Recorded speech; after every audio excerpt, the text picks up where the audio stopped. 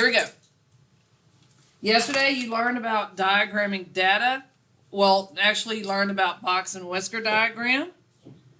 This took the most time because of all the stuff you got to do. You take the data, you put it in order from least to greatest. I got dizzy from looking at the numbers. Okay, then you divide it up into two sections. The first thing you need to do, though, is find your median.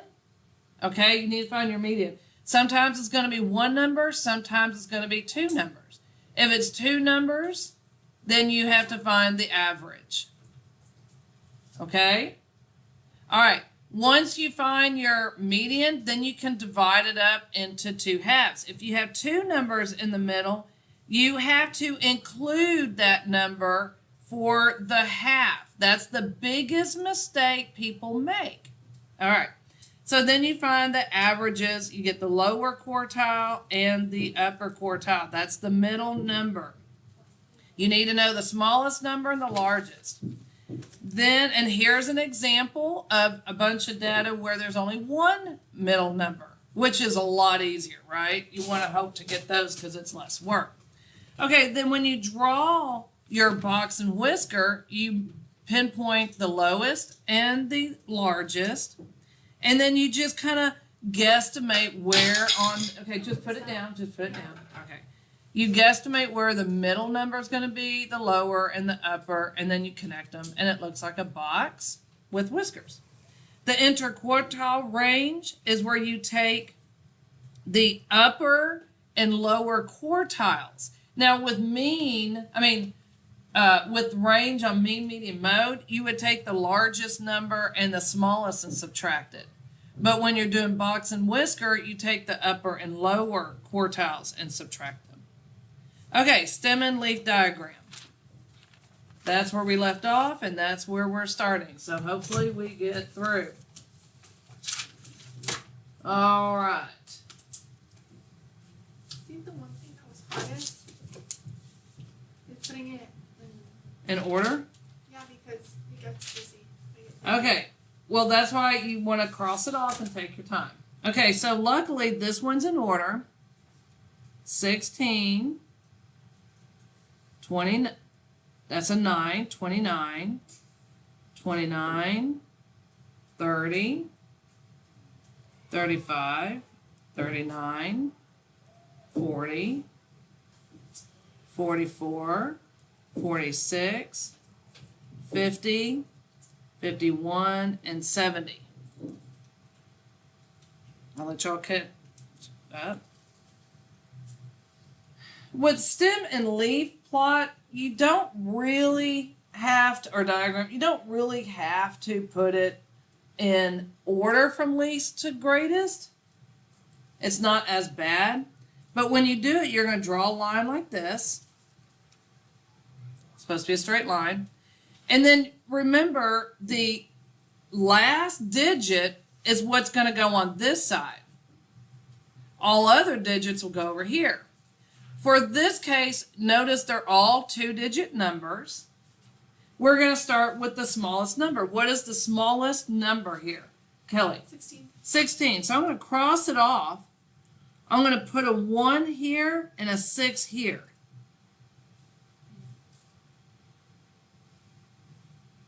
So the last digit's going to go on this side. First digit's going to go over here. What's the next digit, next number we have? 29, right? So I'm going to put a 2 here and a 9 here. So I have 16, 29. My next number is 29. So I already have my 2 here. So I'm going to make a space, no comma, no nothing. And I'm going to put another 9. See? So now I have 16, 29, 29. And then I have 30, so I have 3, and then 0. And then I have 35, so I already have my 3, so I'm going to put a 5 underneath that 9. I have 39, already have my 3, put a 9 right there. Y'all see how this goes now? So I have 16, 29, 29, 30, 35, 39. Make sense? Then I have 40. Put a 4 there and a 0 there. 44. I have a 4, so then I have a 4 there. 46. I already have a 4, so I put a 6. I have 50. And then 51. And the last one is 70. That's how you do a stem and leaf diagram. Any questions?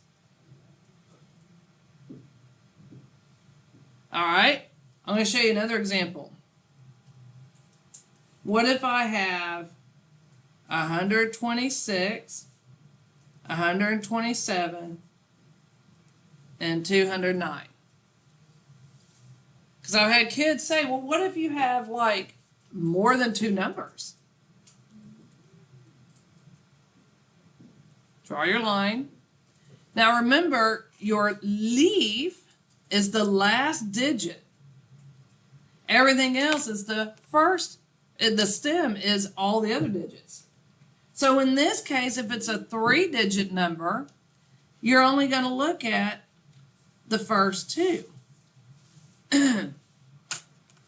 So the first one is 126. So I have my 6 here.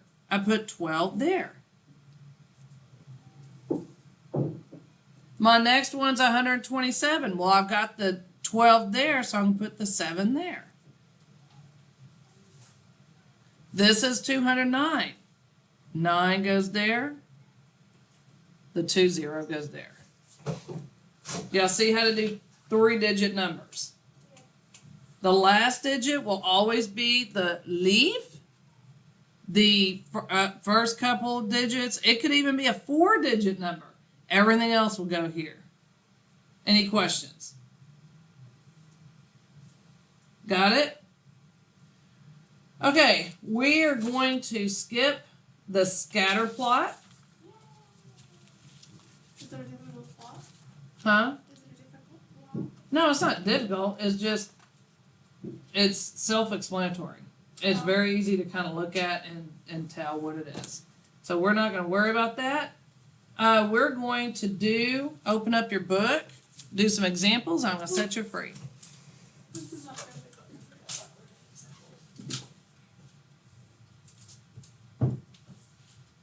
Page 402.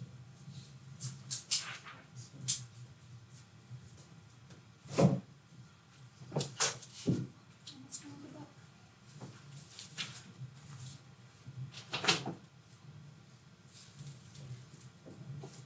Let's go, man.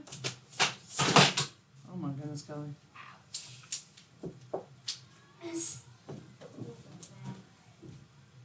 All right. So we're going to look at numbers.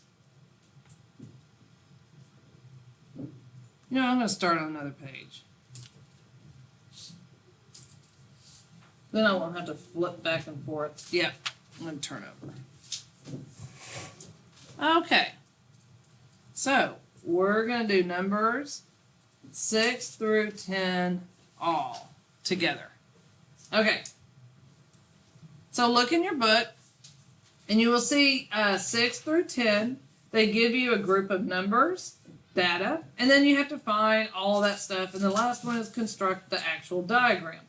So for 6 through 10, the first thing we're going to do is write down the data they gave you. So we have 33, 40, 98, 80, 84, 86, and 79. All right, Joseph, is this stuff in order? No. No. So the very first thing you do, put in order first. Put in order first. Always, always, always.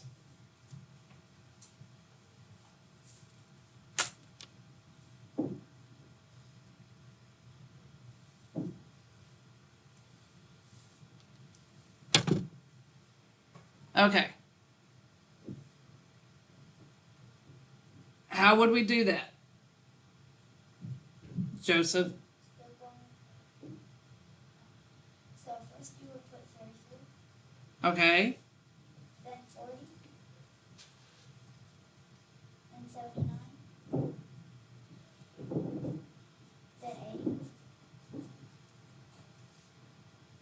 then 84, 86, and 90. Okay. Now, what do we do first? We're going to find the middle number. So 6, it asks for the middle.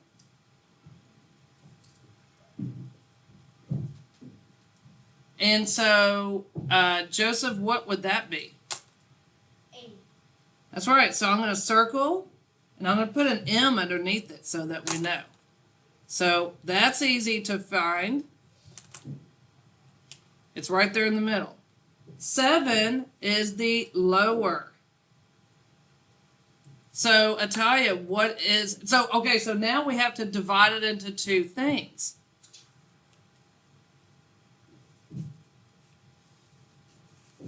So what's the lower one, Atalia? So make sure you're dividing it up as well.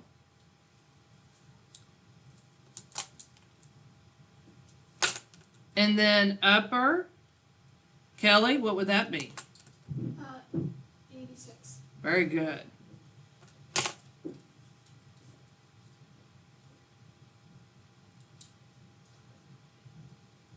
And then 9 is your interquartile.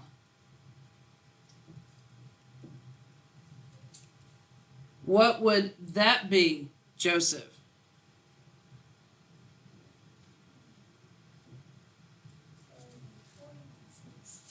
Or 86 minus 40, which is?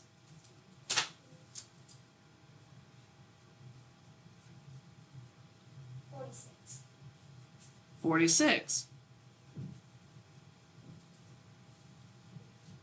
All right, then we do our box and whisker diagram. So I'm going to draw my line. What's my lowest number, Talia? 33. And my highest number? 98. Okay, so my middle number is 80. So, Kelly, where on here should I put it? I'll start right here, and you stop me where we need to put it. Okay. So my middle is 80. Where's my lower one, Joseph? Where would I put it? I'm going to start right here.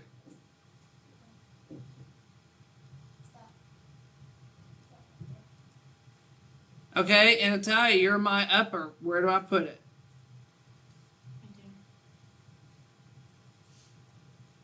Okay, now we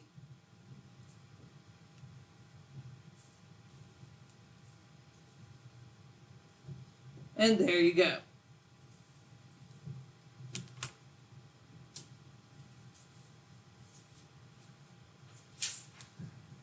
Any questions? So do y'all understand what to do if you had two numbers right here?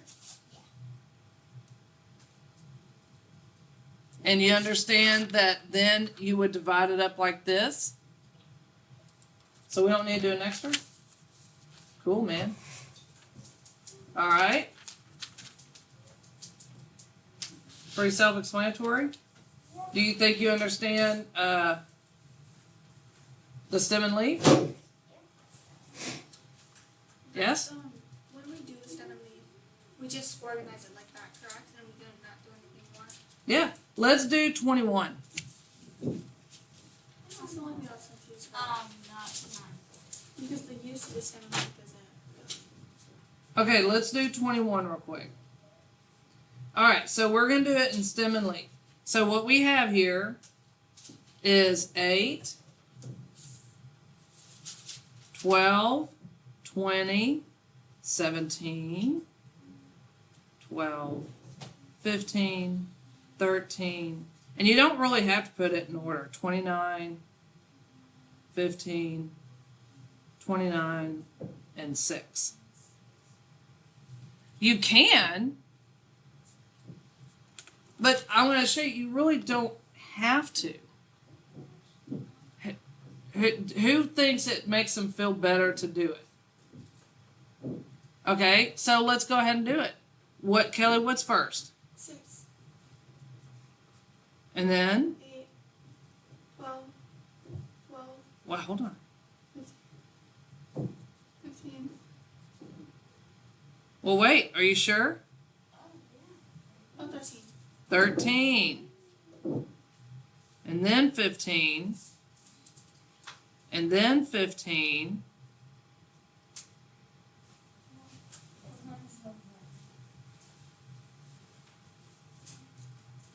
And then what, Kelly? And then 20. Nope. Dang it. Oh, 17, sorry. 17. Then 20.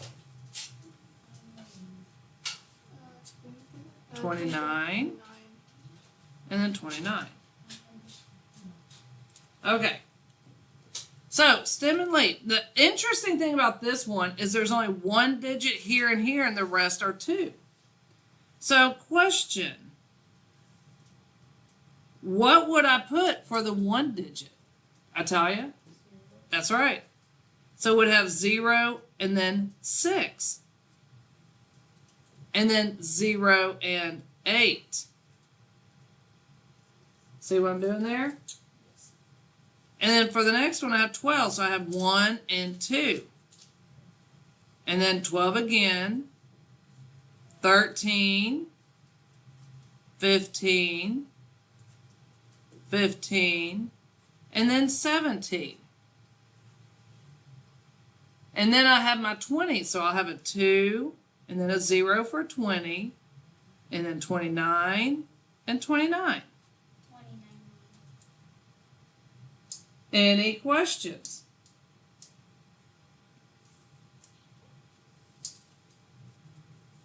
One more. 25. And then I'm going to definitely set you free. 25 is different. It has decimals.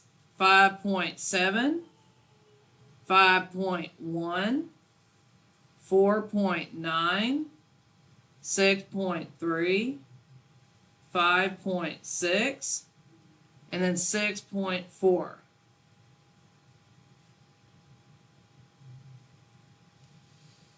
Okay, so let's put these in order.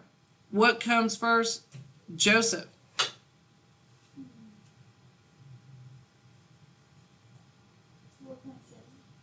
4.7 or 4.9? Isn't it 4? What's 25? Oh, yeah, 4. Okay, 4.9. Do we even have a 4.7? Oh yeah, I didn't do all of them. Let's just do the ones I have here. So then I have a 5.1. And then 5.6. Yeah, I don't want to waste time. And 5.7. And y'all can even just look if you want. 6.3. And then 6.4. Okay, so for decimals, I'm going to try to get it in here. You would write it with 4 and then the point on that side. You'd write 4 point and then the 9 over here. 5 and then point 1. And then 6 and 7. And then the 6 point and 3 and then 4. Does that make sense? I wanted to show you how to do decimals. Yes? What if you were to have like 6.3 and just like a 67, for instance, and then didn't have a decimal? When you do it 7. Then if you had like a 6.3 and then just a 67. Yes. Okay, that would then go first. Because 67 is greater than 6.3. You see what I'm saying? 67 is greater, so I'd put it first because that's bigger number. Don't you go from least to greatest though? You are correct. So if you're doing that, then it would go down here. She's right. It'd go down here if I had room. Good question. That's a good question. I want to give 0. Just put 0, 0. Yes. Any other questions? Those are good. All right, y'all ready? All right. Okay, so I want y'all to do page 402, numbers 1 through 5 all. Right. 11 through 20 all. We did 21. So then do 22, 24,